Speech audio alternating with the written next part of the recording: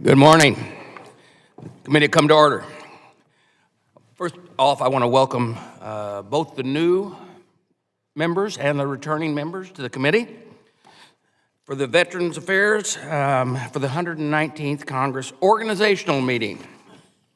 And before we get started, I want to extend the entire committee's support to the ranking member Takano, Ms. Brownlee, when she gets here, their constituents in Southern California for what they're suffering through.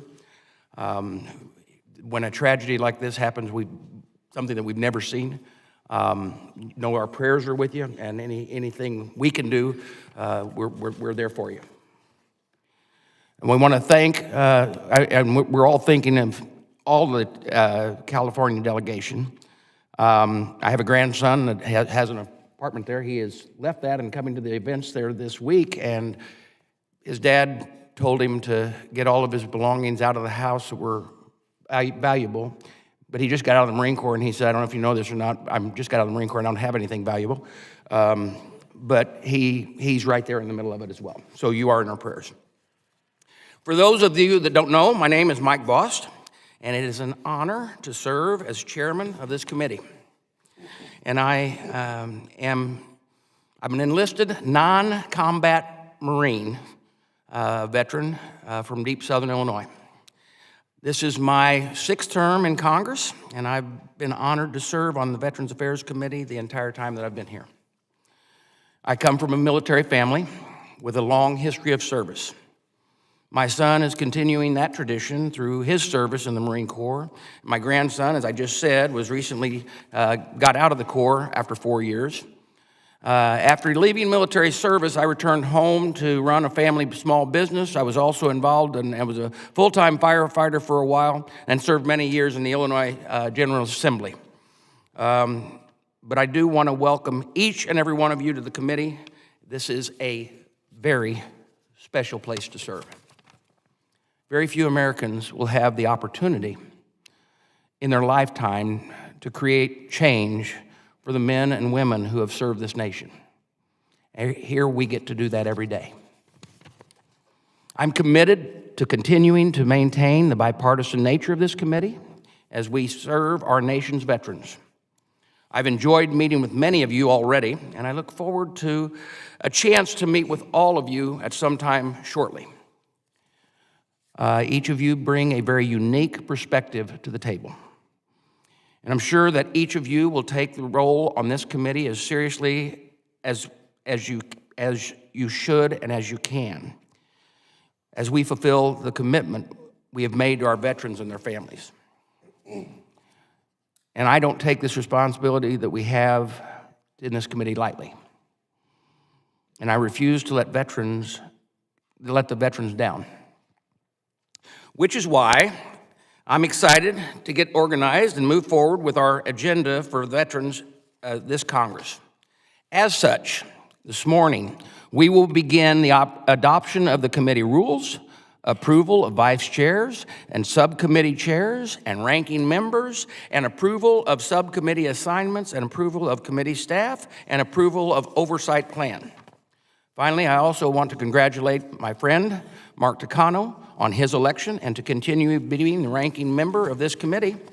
Mark and I have served together for many years, and I know that he shares my commitment to working hard and getting real things done in a bipartisan way for the men and women that we serve here.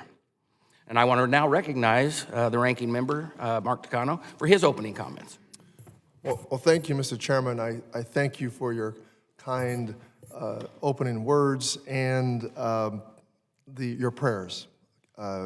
We need your prayers now, and we'll need your prayers going into the future.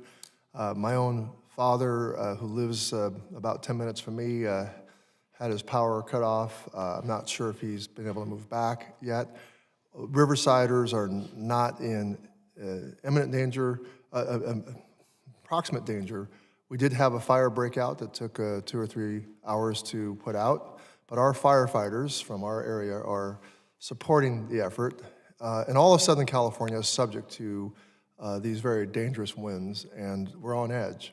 But let me just bring something up that really shouldn't be partisan or political, and it's not. I have voted for every disaster relief aid and supplemental, never have put conditions on this.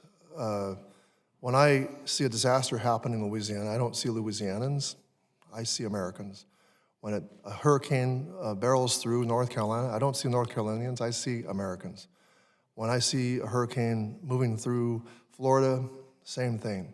I just ask that all members remember that we're all Americans. California has the largest population of veterans. The LA VA has had many employees who have had their homes in danger, and this is a time for us to come together. And so I'll need more than your prayers. I'll need your help going forward. So that is my plea to you, and that's how you can help us in California as we're fighting these fires. Our Democratic caucus met yesterday and organized, and I'm pleased to say that we could welcome seven returning members and 3 new members to the committee. Our new members include Representative Maxine Dexter, I should say Dr. Representative Maxine Dexter, she's a medical doctor of Oregon. Dr. Dexter has a depth of experience working in healthcare as a lung and critical care physician, and is chair of the board of Northwest Permanente, one of the largest healthcare providers in the Pacific Northwest. Dr. Dexter comes to Congress from the Oregon House of Representatives, where she championed bills to address the housing and homelessness crisis, protect reproductive rights, expand addiction treatment services, and combat violence, gun violence. We're grateful for the insight Dr. Dexter will share with this committee. So welcome, Dr. Dexter. Representative Herb Conaway Jr., also a medical doctor of New Jersey. Dr. Conaway is an Air Force veteran and served as captain of the Medical Corps at McGuire Air Force Base. He later practiced medicine in primary care settings before transitioning to academia. He served as the assemblyman for New Jersey's 7th Legislative District for 25 years. In addition to being a doctor, a veteran, and a state legislator, Dr. Conaway also earned his law degree at Rutgers Law School. We welcome the breadth of experience and service Dr. Conaway brings to this committee. Representative Kelly Morrison, MD, also a medical doctor of Minnesota, rounding out our trifecta of HVAC Democratic physicians. Dr. Morrison practiced obstetrics and gynecology for more than 20 years and joins us after serving in the Minnesota legislature for 6 years. She has a track record of tackling complex issues, including lowering the price of prescription drugs, addressing the opioid crisis, strengthening mental health support in schools, and supporting veterans, seniors, and caregivers. Dr. Morrison's husband served as an Army Ranger, and I look forward to her sharing her professional and personal experience with the committee. I'm also pleased to welcome our 7 returning Democratic members, Representatives Brownlee, Pappas, Shurflus McCormick, McGarvey, Ramirez, Budzinski, and Kennedy, and I look forward to our continued service together. We still have unfinished work to do as we strive to honor our nation's veterans. This committee has always served as an example of how we can come together and to accomplish great things so that we can fulfill our promise to the men and women who serve our country. And Chairman Boss, to me, as a personal sentiment I want to express, it's been a wonderful time that we've had. We certainly have strongly held views, and we have our differences, but we have, I sincerely striven to find common ground where we can, and we have. And I look forward to doing the same in this next Congress. So thank you. I'll yield back. Thank you. So the agenda for our business meeting and all other documents are in the packet that's in front of each one of you. And so let's get started. The first item of business will be consideration of the proposed committee rules for the 119th Congress. The proposed changes in the rules have already been sent to the members on both sides of the aisle and are before you now. My staff reached out to Ranking Member Takano's staff in December regarding proposed changes to the rules, which for most purposes are technical in nature.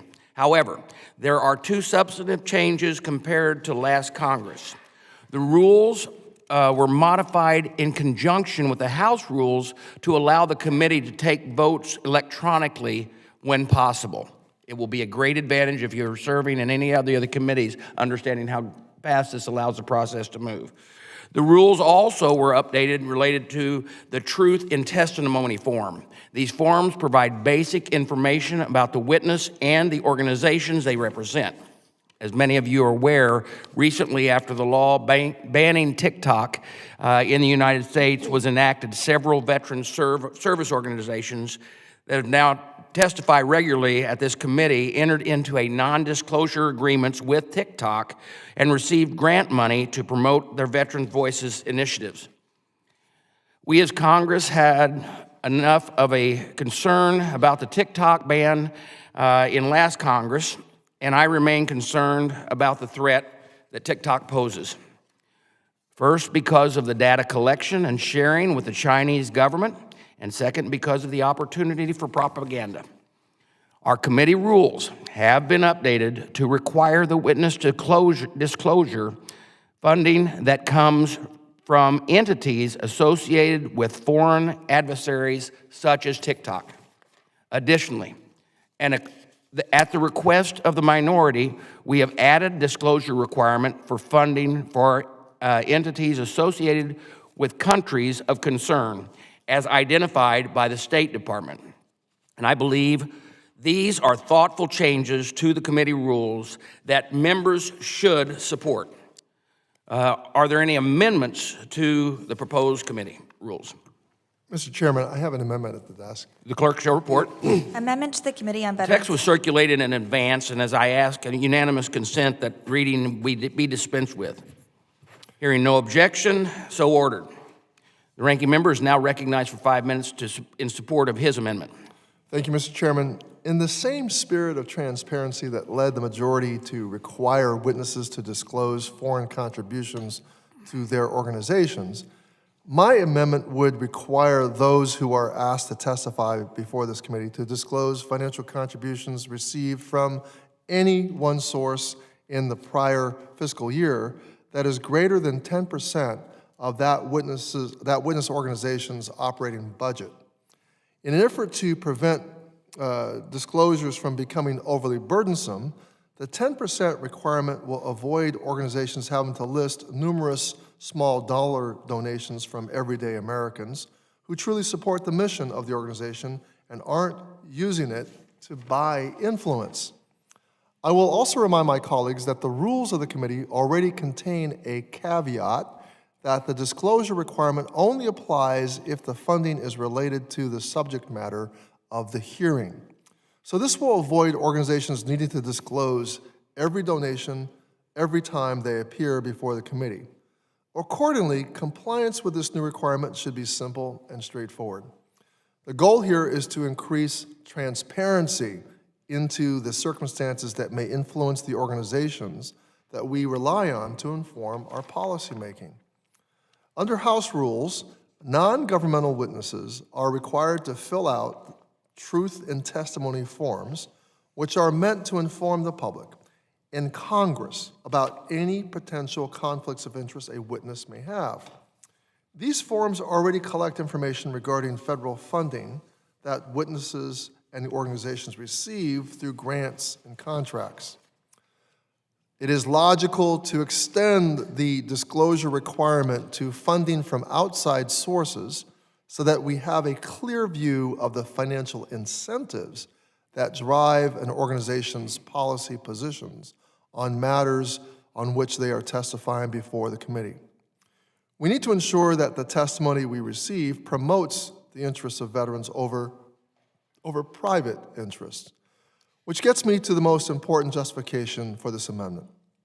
Veterans deserve to know who is funding or otherwise exerting influence on the organizations outside VA that provide them services or purport to represent their interests.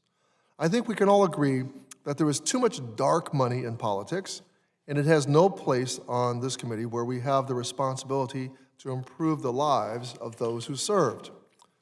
Now, considering that my colleagues on this committee raised concerns that the Chinese government was using TikTok grants as a means to influence policy, this amendment would ensure that we are aware of other financial motivations or entanglements of witnesses before the committee. The purpose is not to target veteran service organizations or the nonprofits that we have relied on for decades to guide our policymaking. But as the veteran space becomes increasingly profitable for private enterprise, we have a responsibility to ensure that we know whose interests are being represented before us. Now, my amendment does not force approval or disapproval of these witnesses, but it does ensure our committee and the public are fully informed about the financial influences on the organizations that testify before us. It brings transparency and accountability to our work. To use a phrase from my colleagues across the aisle, this amendment will help us drain the swamp. I urge your support on this reasonable and common sense approach. And I yield back. I now recognize myself for 5 minutes. Unfortunately, I must oppose the amendment as it's unnecessary. The current rules change is intended to address a real current threat from a foreign adversary. It is designed to ensure that members are aware of funding received by a witness appearing before us that is from an entity or country identified as a posing threat to the United States. It will ensure our members are fully aware if a foreign adversary is somehow influencing the testimony of the witness. This proposed amendment would require witnesses to disclose funding not required under the House rules. This language is requiring disclosure of money received from private citizens and entities within the United States who pose no threat to our country. The proposed rule change is designed to play political games and may deter witnesses from testifying. I urge all members to reject this amendment and the amendment that I feel is political in nature. Is there any other discussion on the ranking member's amendment? Dr. Miller-Meeks.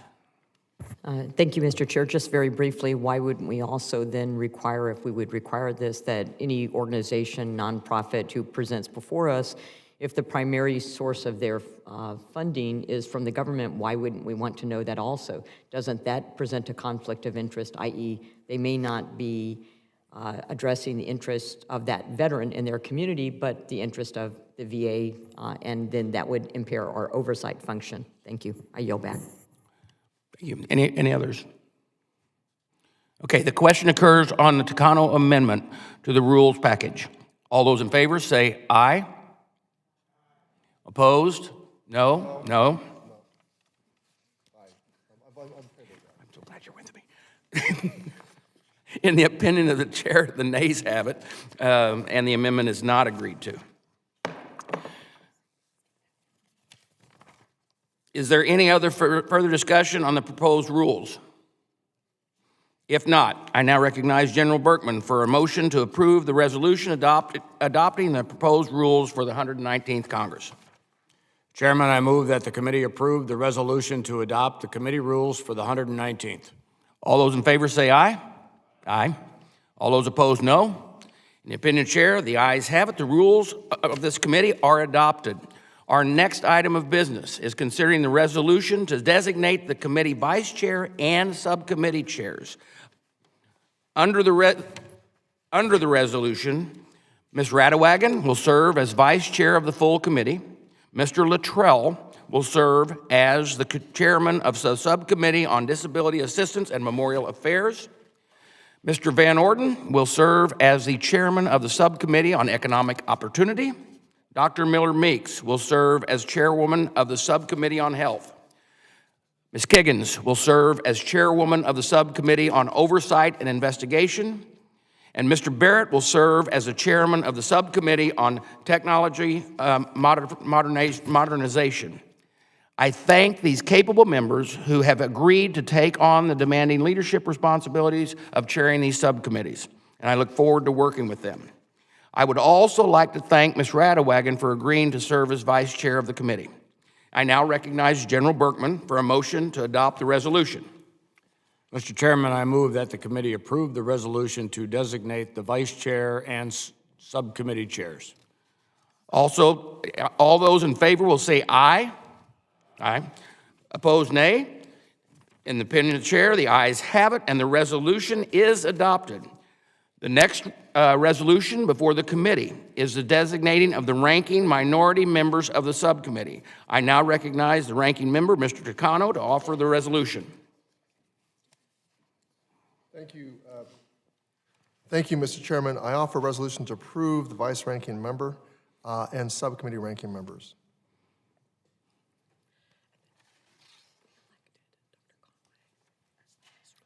And also, I wanted to inform you that we've elected as vice ranking member Representative Herb Conaway of New Jersey and the following ranking members of the subcommittees: Representative Morgan McGarvey of Kentucky, the Subcommittee on Disability Assistance and Memorial Affairs; Representative Chris Pappas of New Hampshire, the ranking member of Subcommittee on Economic Opportunity; Representative Julia Brownlee of California to be the ranking member on the Subcommittee on Health; Representative Delia Ramirez of Illinois to be the ranking member of the Subcommittee on Oversight and Investigations; Representative Nikki Budzinski of Illinois to be the ranking member of the Subcommittee on Technology Modernization. And now recognize Dr. Conaway for a motion to adopt the resolution designating the ranking minority members. I move that the committee adopt a resolution approving ranking members of the subcommittee. All those in favor will say aye. Aye. Aye. Opposed, nay. In the opinion of the chair, the ayes have it, and the resolution is adopted. Our next resolution for consideration designates the majority members of the subcommittees. The list is before the members, and I now recognize General Berkman for a motion to adopt the resolution designating the majority members of the subcommittees. Mr. Chairman, I move that the committee approve the resolution naming the members of the subcommittees. All those in favor will say aye. Aye. Those opposed, nay. In the opinion of the chair, the ayes have it, and the resolution is adopted. The next resolution for consideration, offered by Mr. Takano, designates the minority members of the subcommittee. Ranking Member Takano is recognized for comments he may have.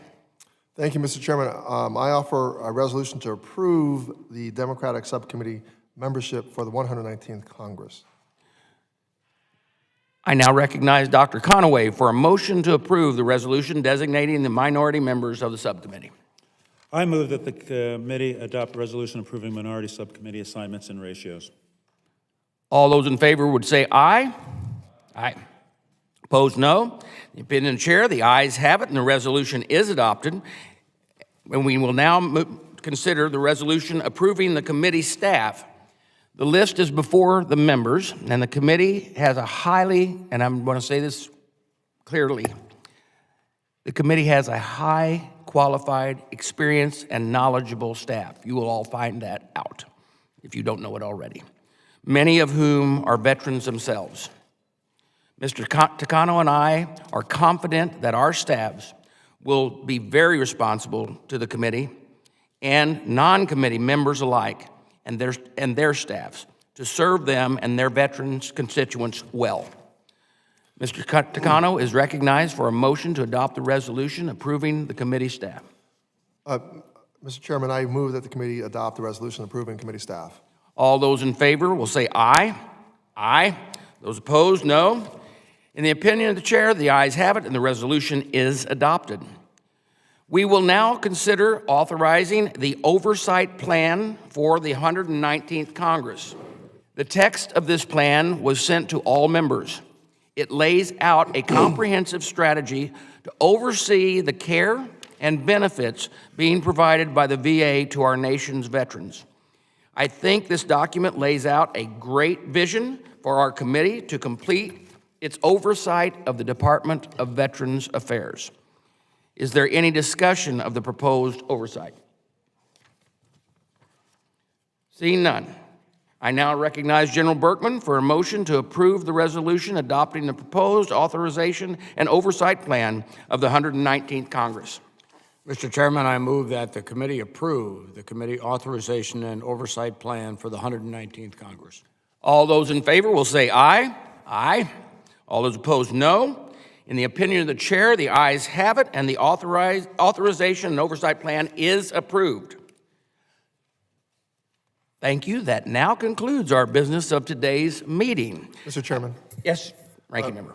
pursuant to Clause 2, House Rule 11, I give notice of intent to file minority supplemental, additional, or dissenting views on the committee authorization and oversight plan for the 119th Congress. Without objection. I want to thank all the members for their attendance today, and I look forward to working with you in the Congress ahead of us, because we're going to serve this nation well, and we're going to serve our veterans well. Now, I ask unanimous consent that all staff may make any technical and conforming amendments, and that all members shall have 5 legislative days in which to revise and extend their remarks on today's organizational meeting. Hearing no objection, the meeting is now adjourned.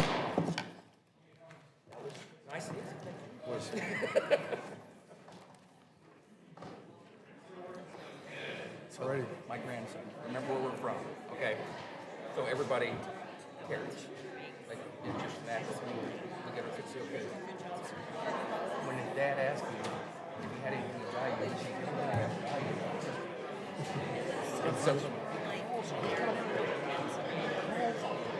And he said, "Should I bring my pistol?" And I said, "Are you out of your mind?" I said, "Do you not know what week you're coming out for?" Well, you know, we had a Trump supporter from Arizona who came to the rally in Coachella, which is not far from here. And we have, the show